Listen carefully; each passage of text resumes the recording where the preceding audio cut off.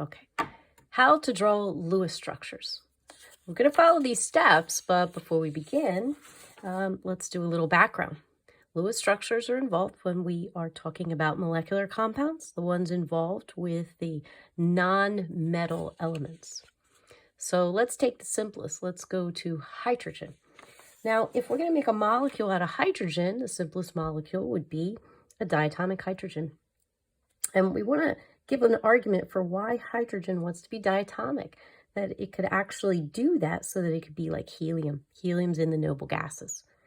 So if we take two hydrogens, one of the hydrogens would have a 1 electron spread out in a 1s orbital, which we could draw as kind of spherical.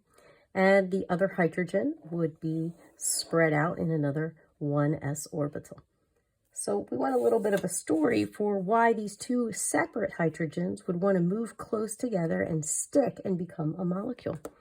So let's draw the two hydrogen centers closer together. And then what happens when these 1s atomic orbitals get close together is they add together. So we make a bigger function. And it's three-dimensional, and it's maybe something like this. And you have to think 3 dimensions. And so combined, those 1s orbitals now become a bigger orbital. Instead of a separate atomic orbital, we now have a molecular orbital because we're making a molecule. And so we would identify this whole shape here as a sigma molecular orbital. Sigma, another Greek letter. And we say that is where the electron wave particles spread into. And it's kind of complicated to be drawing this thing. I mean, it is 3 dimensions, and if you don't really like my artwork, you might want to just represent that sigma bonding molecular orbital as just like a little sort of line. There, that's the line that represents that whole big space the electrons spread out with. So this line then represents a sort of sharing of 2 electrons spread into a big bonding orbital, a molecular orbital, to make a molecule. So we'll call that a sigma bond for short. And that is a single bond, a single bonded pair of electrons. Now, some other molecules, we might actually have a double bonded pair of electrons, like 2, that'd be 4 electrons altogether. And then we might even have a triple bond. We don't really have quadruple bonds. So these are 3 types, right? Single, double, triple. We don't really have quadruple. Okay, so what's the story here? Why do that? Well, here if each hydrogen is sharing 2 electrons, we say each hydrogen is pretty happy, pretty stable, because they're accessing 2 electrons just like helium. Helium is a stable, noble gas. Okay, so let's get a little bit larger. Let's think about another diatomic, chlorine. A chlorine is in group 7. Each chlorine here has 7 valence electrons, so we've got a total of 14 valence electrons to work with.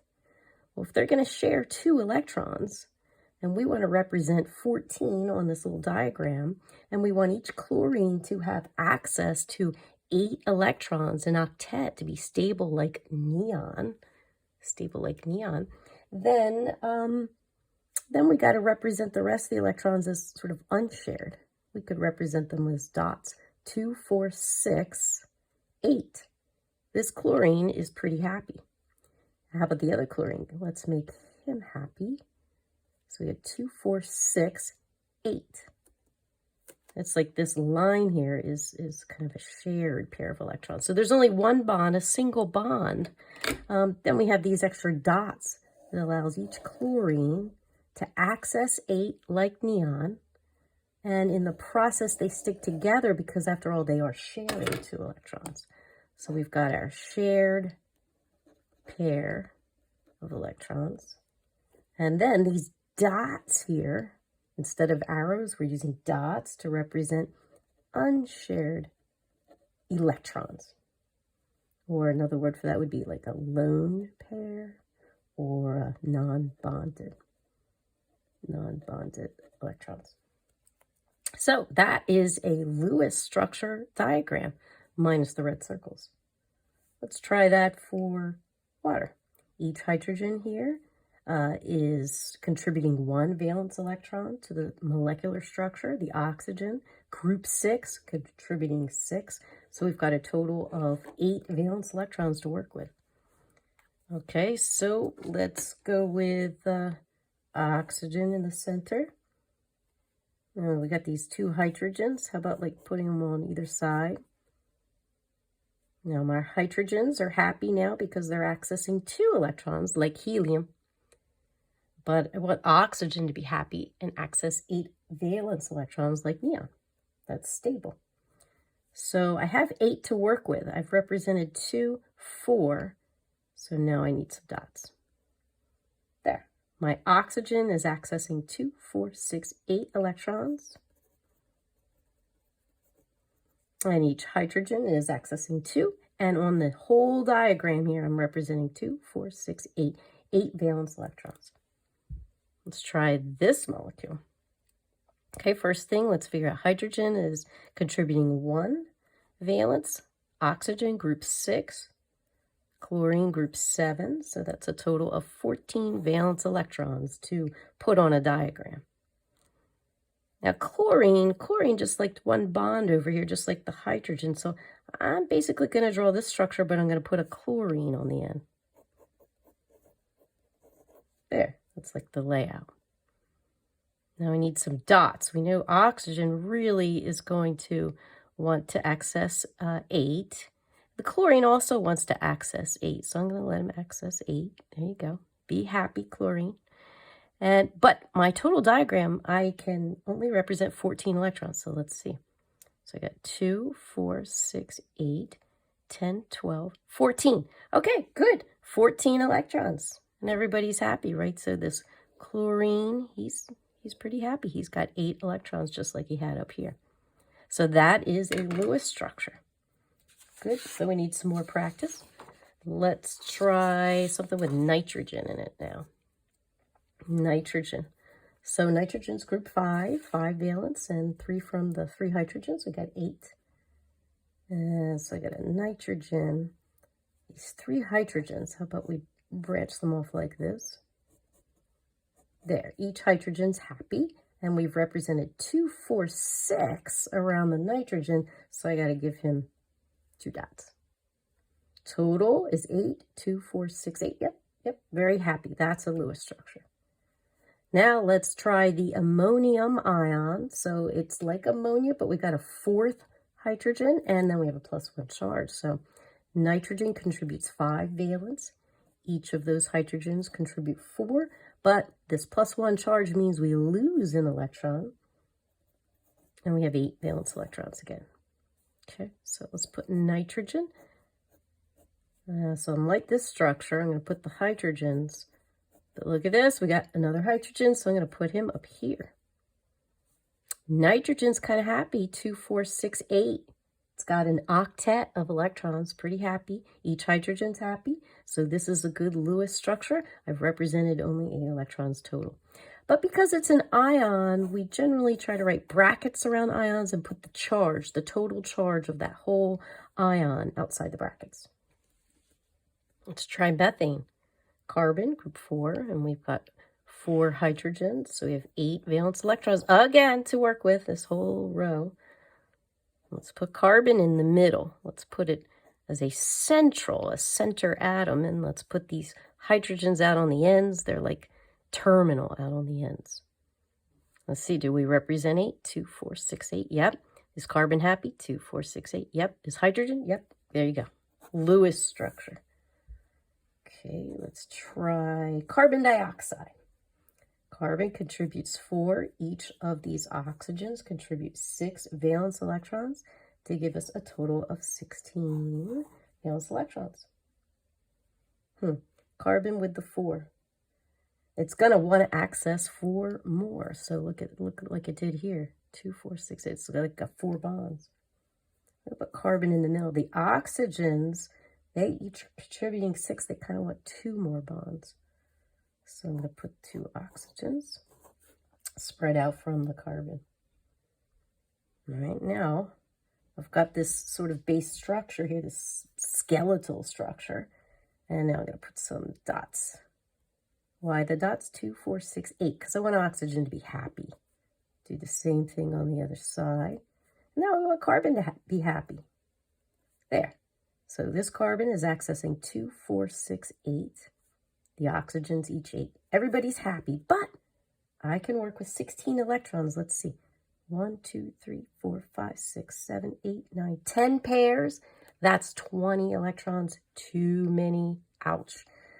So what do? Hey, well, I'm going to get rid of this, and I'm going to make a second bond there. That helps. Now I've represented 18. So I'm going to get rid of this and do another one there. Let's redraw. Carbon's happy with 2, 4, 6, 8. Are the oxygens happy? Yep. 2, 4, 6, 8, 10, 12, 14, 16. Okay, so there's my Lewis structure for a carbon dioxide, following sort of a set of rules here. Let's try one more.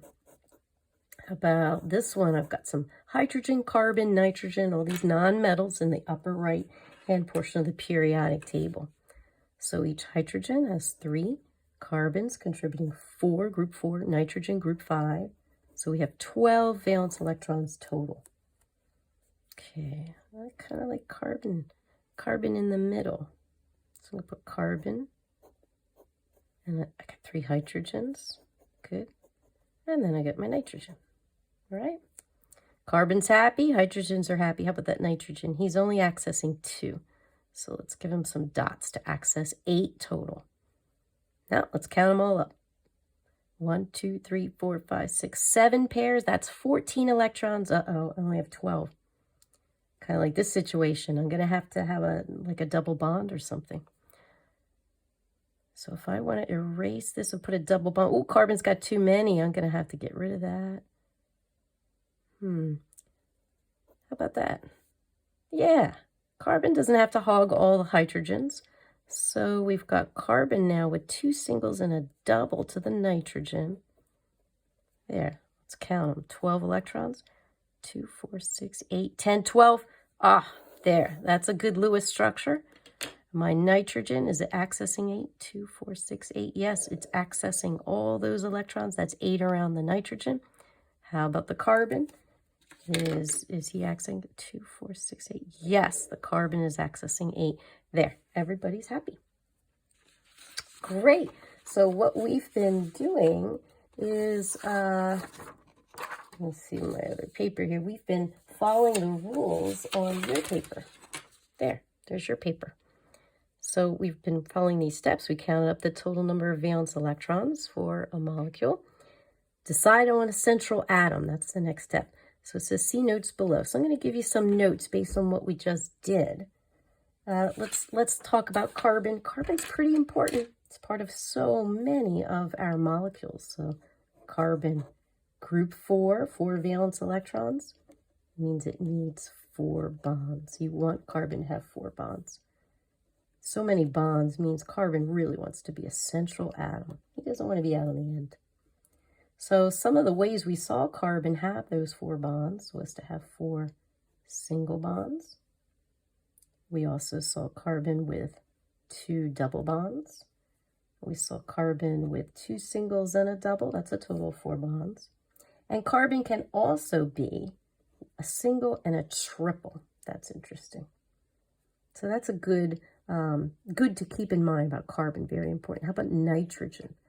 Nitrogen is in group 5. So we see that nitrogen often needs 3 bonds. And it is often central in these types of molecules. Okay, so how does that look? Well, we did see nitrogen as having a double and a single and a pair of dots. And we saw nitrogen as having 3 singles and a pair of dots. And we can also see nitrogen when it's not central, when it's terminal, we could see nitrogen with a triple bond and a pair of dots. So these are the ways we typically see nitrogen with dots. No dots on the carbon.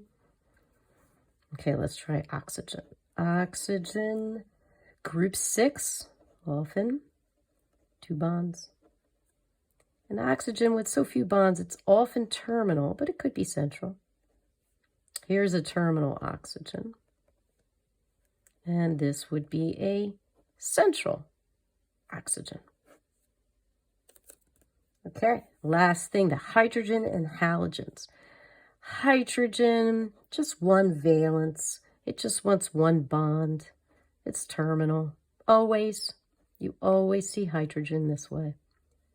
Now, the halogens, fluorine, chlorine, bromine, they're group 7, so usually they're one bond and terminal. You know, so you'd see fluorine kind of with its one bond and then dots to fill out the octet. Chlorine, bromine, same thing. A little later we'll see some of these, like bromine maybe having more than one bond. But right now, terminal halogens. So you can go ahead and practice.